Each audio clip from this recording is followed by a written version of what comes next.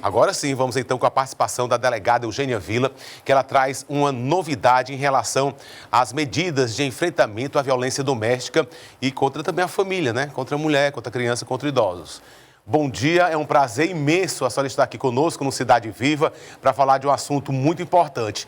Antes de falar então dessa nova lei, que é uma novidade que a senhora vai então abordar aqui no Cidade Viva em primeira mão, como a senhora mesmo falou, gostaria de a gente falasse um pouquinho da violência que já existia há muitos anos. Às vezes eu fico me perguntando, nossa, por que tanta violência contra a mulher? Por que tantos homens agridem as mulheres, tem aquele ódio? E geralmente são pessoas que se dizem amá-las, não é isso? Que se dizem ter cuidado e tudo mais. Mas se é uma agressão física, será que é uma coisa patológica? Será que é uma coisa cultural? Uma coisa que já vem do ser humano? O que a senhora percebe quando chega aí a ter de tantos casos, houve tantas histórias em relação aí à violência contra a mulher?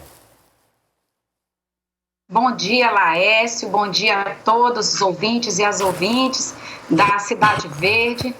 Laércio, é uma violência que agora ela está se tornando muito visível em razão desse nosso isolamento social. Então, é uma violência estrutural. Quando eu falo isso, estrutural e estruturante, quer dizer o quê?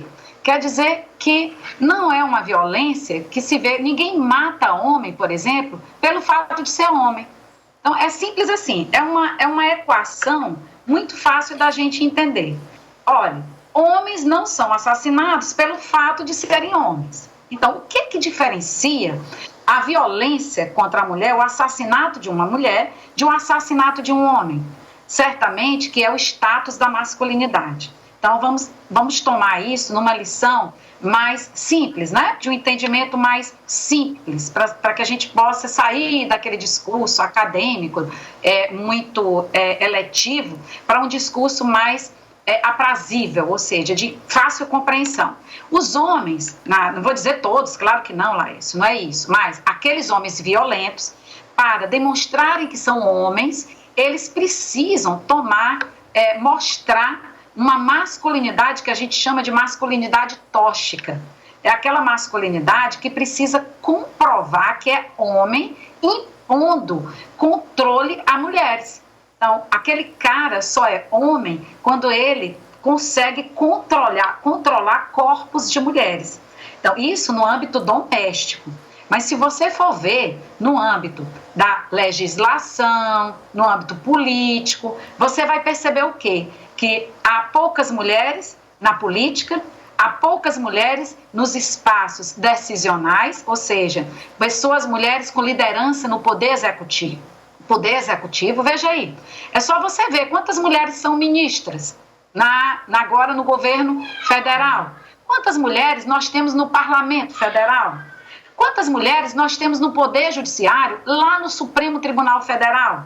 Vamos fazer essa equação. Mulheres em espaços decisionais. Eu não estou falando em mulheres quando nós concorremos num pleito justo e honesto, como é o concurso público, nós conseguimos postos. Então, nós vamos ter muitas promotoras de justiça, muitas delegadas, juízas. Agora, quando você entra num espaço que é político, aí não. Aí nós não temos a mesma ocupação. Uma variável que eu enxergo em relação à violência, não sei, posso estar até enganado, é que a violência também cresceu por conta desse exemplo que a senhora deu aí. Tem muitas mulheres promotoras, advogadas, mulheres que deixam de ser dona de casa, de ser submissa, não depende mais de um homem. Cada dia que passa a gente vê mulher em bares assim, numa roda com colegas, né? Todas casadas, todas independentes, são amigas, mas elas estão independentes, conquistaram esse espaço. Às vezes eu sinto um pouco assim de raiva, de despeito da mulher estar tomando conta do espaço masculino nessa área. Que até então, antigamente, todo mundo era submisso, era dona de casa, mãe de família. E agora não, ela é dona do próprio nariz, faz o que quer, não é isso? Por conta da independência financeira. A senhora acredita que isso também não vai agravar mais essa situação? Olha, Laércio, você falou o ponto-chave. Porque se a violência é estrutural e estruturante, e nesses pontos da estrutura de poder está a masculinidade hegemônica, quando entra uma mulher, é claro que ela causa irritabilidade na estrutura. É só você imaginar uma estrutura matemática, um eixo X e Y. Isso joga nessas cartesianas. Um elemento que vai derrubar destruir essa estrutura, é claro que você está causando irritabilidade no sistema. Então, é entender que essa violência vai para além do ambiente doméstico, é o que faz com que mulheres fiquem nessa condição de cativeiro. É um cativeiro emocional, porque essas mulheres que você citou e que eu me incluo como mulher delegada, eu como delegada, nós fomos o quê? A segunda turma de delegadas mulheres, só tinham 3 delegadas mulheres. Quando nós ingressamos, nós éramos totalmente a minoria.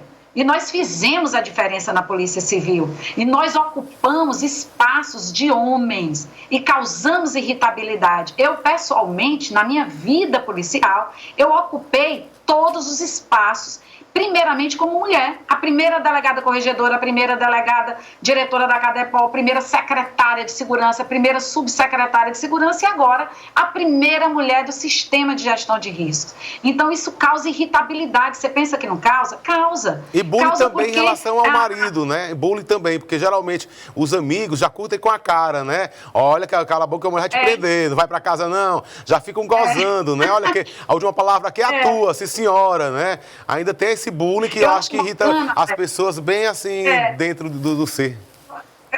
Eu acho bacana quando um homem diz assim, eu sou marido da deputada. Isso é muito bacana, porque às vezes a pessoa diz assim, ela é mulher do deputado, né? Então, eu tenho um grande amigo que a esposa foi candidata no último pleito e ele disse, eu tenho orgulho de dizer, e aí, fulano, eu não vou citar nome, porque o nome faz o fuxico, né? E os amigos, ele dizia, que os amigos dele diziam assim, como é que você agora é o esposo da fulana? Ela disse, sou, com muita honra, eu sou o esposo da fulana. Por que não, gente?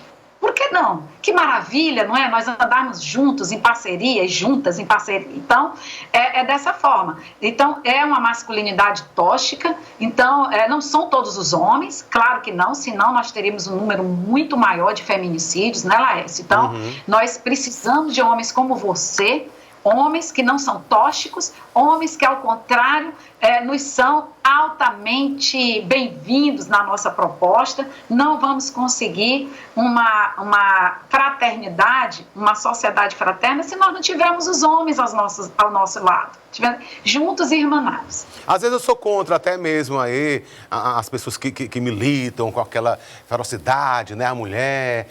Eu acho que a igualdade sem briga, sem questionamento, seria um patamar, um equilíbrio que deixaria de ter aí a violência, né? Mas isso vai toda uma história cultural, toda uma história de vivência, toda uma história de que ele se aprendeu, que o homem tem que ser macho. Às vezes as pessoas aceitam, até quando a mulher apanha dentro de casa, a família apoia o homem. Ah, só foi uma discussãozinha, não sei o quê, ou ela mereceu, olha, tem que aprender a respeitar o homem, toda essa questão. Aí isso sempre fica reforçando a violência culturalmente, uma criança vê, um adulto vê e achando que aquilo é normal, não é? É verdade, Laércio. E, Laércio, a questão seria da equivalência das condições, sabe? Porque, assim, a igualdade, a gente não vai conseguir a igualdade nunca, porque nós somos desiguais. Eu mesma, eu nunca vou ter uma mulher igual a mim, não é? Jamais. Eu pretendo, e nem você vai ter um jornalista igual a você. Vocês só vão ter algo em comum, que é o quê? O sexo, que a gente diz reprodutivo. E eu só vou ter algo em comum em relação a Débora, que é jornalista. Nós temos o sexo reprodutivo em comum, mas nós não somos iguais. Então, é a questão da equivalência das condições. Então, o que nos é renegado é a condição equivalente à de homem. Só isso. Nós queremos as mesmas oportunidades. Nós queremos sermos tratadas de modo equivalente. Nós queremos chegar em locais públicos e sermos tratadas como pessoas humanas. Eu vou te dizer uma experiência que eu senti, que eu tive a oportunidade de ir numa missão acadêmica na Scotland Yard. É tudo bancado pela ONU, não é? E pela Embaixada Britânica. Pois bem, e lá eu pude visitar um estabelecimento, os pubs, que são muito tradicionais. Eu fui com uma amiga, a Maíra, que era representante da ONU lá aqui no Brasil. Nós fomos, ela disse, Eugênia, você vai observar que ninguém vai se aproximar de nós duas. Nós vamos ser respeitadas. Laércio, é maravilhoso. Nós só queremos isso, chegar nos locais e não sermos percebidas.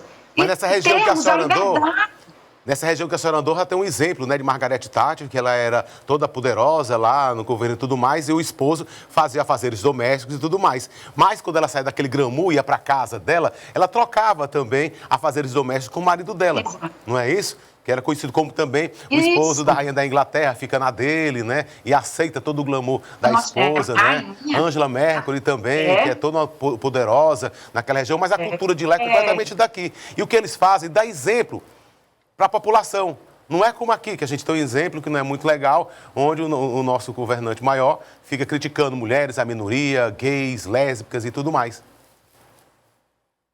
Eu acho, Laércio, que talvez seja desinformação, sabe?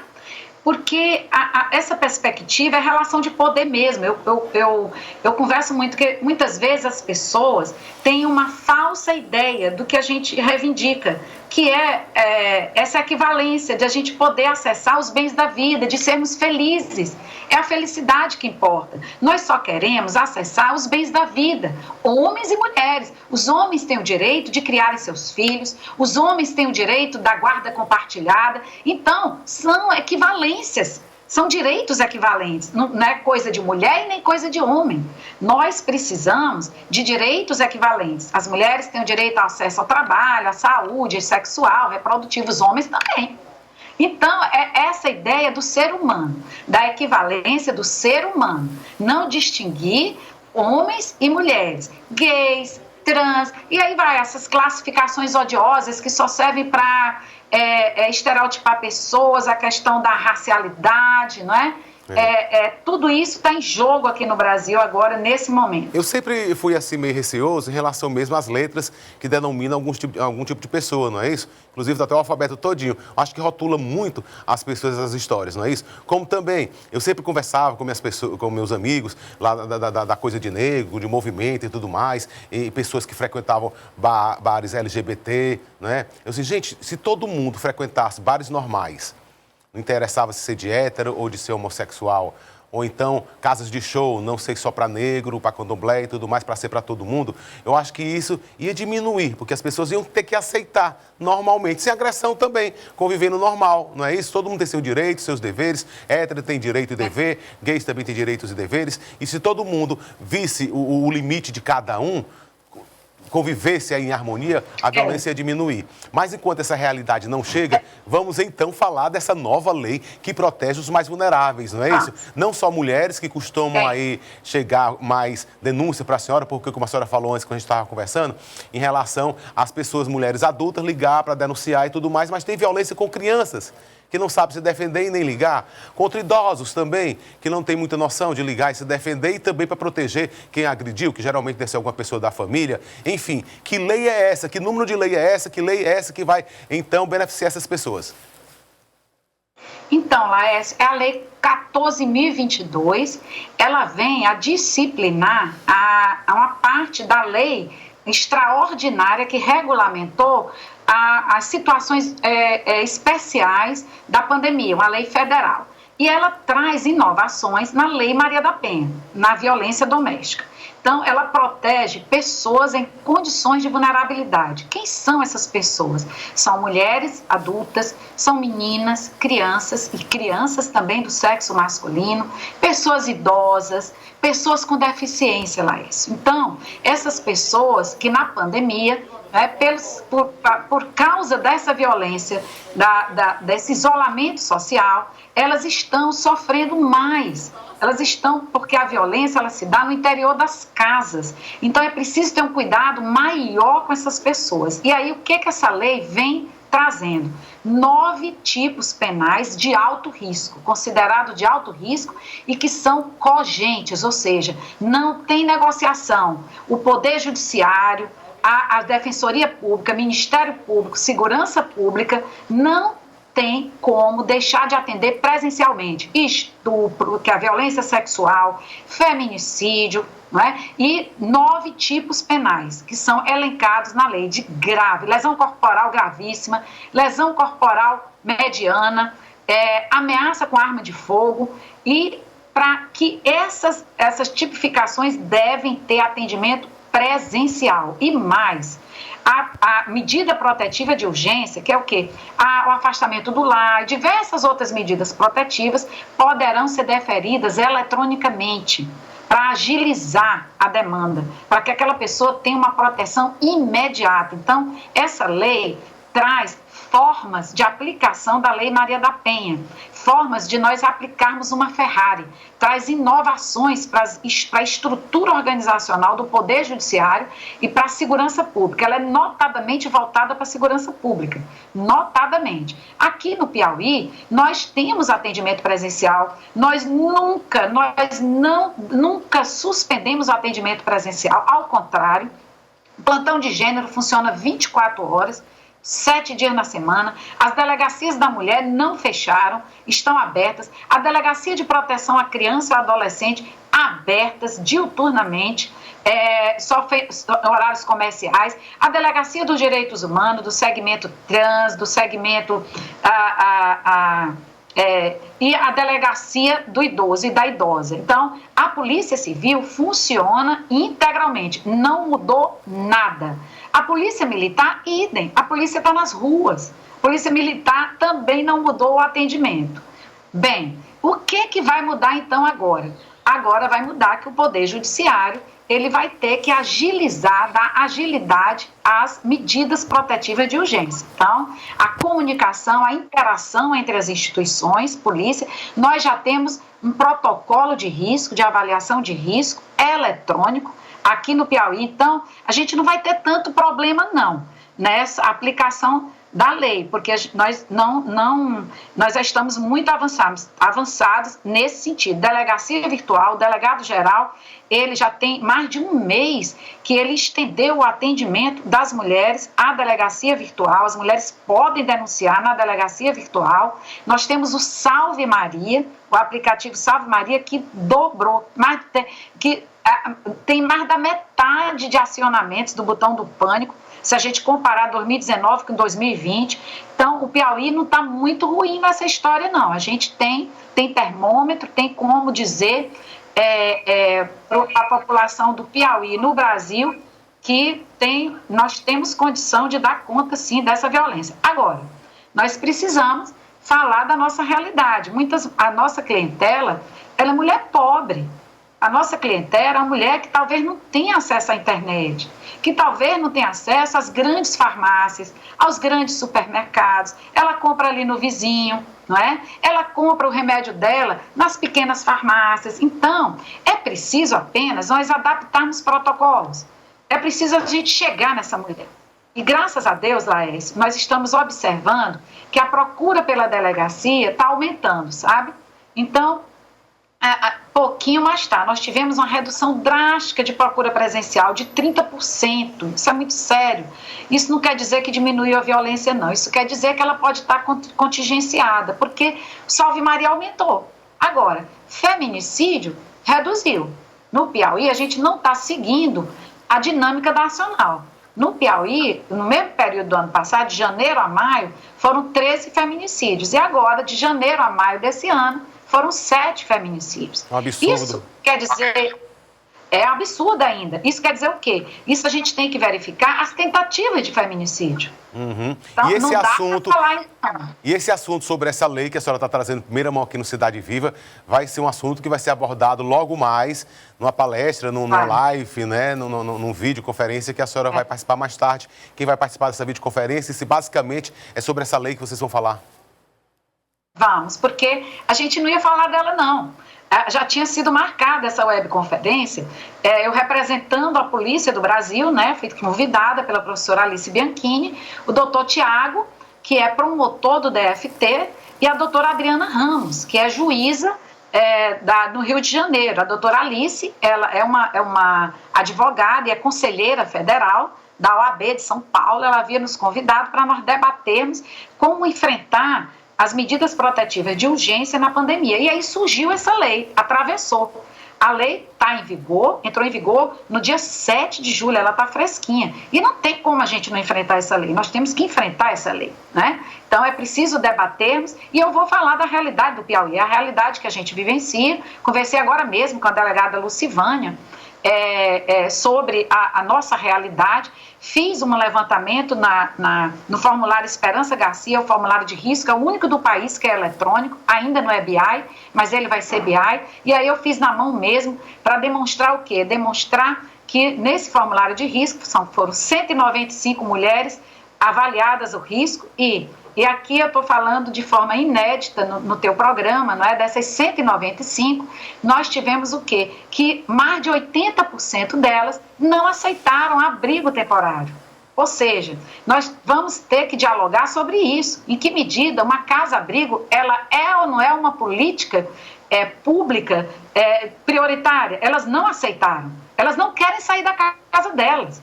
Então, a política prioritária não é fornecer abrigo temporário para as mulheres, e sim afastar o agressor do lar. É sobre isso que eu vou debater logo mais às 14 horas. E mais informação vai ser aonde? Através do YouTube? Qual é o endereço? Vai ser no YouTube da OAB Nacional, né? Então, nós questionamos das mulheres, vocês têm o apoio? Isso não foi um formulário que nós criamos, não. Esse formulário é do CNJ e é do CNMP, e que nós demos o nome de Esperança Garcia, em homenagem à nossa escrava Esperança Garcia. Então, e nós perguntamos, você já procurou, você acionou algum órgão e pediu socorro? Elas disseram majoritariamente, sim. Qual? A Polícia Militar. Então, quem é que elas chamam? É a Polícia Militar. E aí nós perguntamos, você tem o apoio da sua família ou de pessoas próximas que podem lhe dar abrigo? Elas responderam, sim, eu tenho apoio. A violência, essa violência foi perpetrada na presença de seus filhos? 60 e pouco por cento afirmaram sim, na presença dos filhos. Então, Laércio, é um dano que está se estendendo aos filhos, é um dano que esse agressor ele está trazendo problemas à saúde da mulher, à saúde dos filhos, à paz familiar. Então, quem tem que sair da casa é ele, não é a mulher. E ela não quer sair, Laércio. Direito dela. Então, esse assunto e outros mais importantes vão ser debatidos a partir de 2 horas na live da OAB Brasil, né? Isso que a senhora falou nesse momento. E eu gostaria que a senhora convidasse as pessoas para assistir, reforçasse, que é muito importante, não só para as pessoas do modo geral, com basicamente, potencialmente vítimas, mas também para outros delegados, para outras autoridades, para ficarem atentos sobre a situação. E vizinhos também, ficarem vendo, escutando alguma violência para denunciar. Que horas que vai ser? Que é muito importante esse assunto e a gente não tem muito tempo de abordar aqui, infelizmente. 14 horas vai ser a nossa participação nesse webinário, que é nacional, e eu quero agradecer a ti, Laércio, pela preocupação no teu programa com a nossa causa, que é de nós todos. Muito obrigada por abraçar e possibilitar esse canal para a nossa mensagem. Eu agradeço de coração. Delegada Eugênia, nós que agradecemos a sua presença com esse assunto muito importante. Estamos aqui de portas abertas, tá bom? De internet aberta, né? Skype aberto, Zoom aberto, para a gente discutir toda a situação. Uma honra falar com a senhora. Parabéns pelo seu trabalho e boa sorte, tá bom? Bom dia.